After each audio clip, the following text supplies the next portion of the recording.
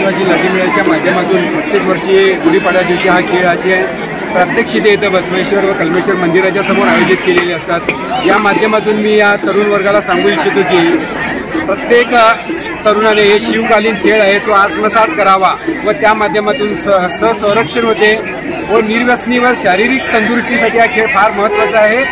तसेच या खेळाचे येणाऱ्या पिढीला भरपूर फायदे आहेत।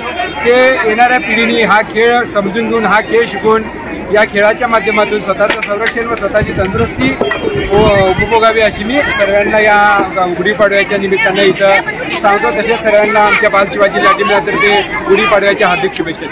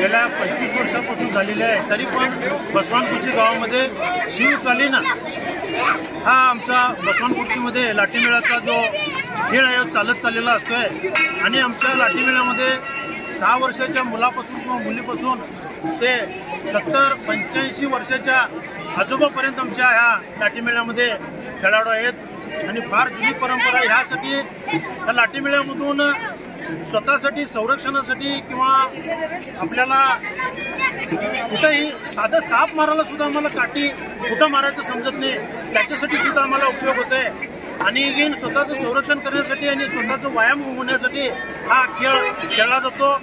शिवकालीन असल्यामुळं आम्हाला फार बसवानपूरच्या गावामध्ये गुढीपाडव्या दिवशी जे खेळलं जाते आमची एक यात्रेच्या निमित्तानं आम्ही हे खेळत असतो।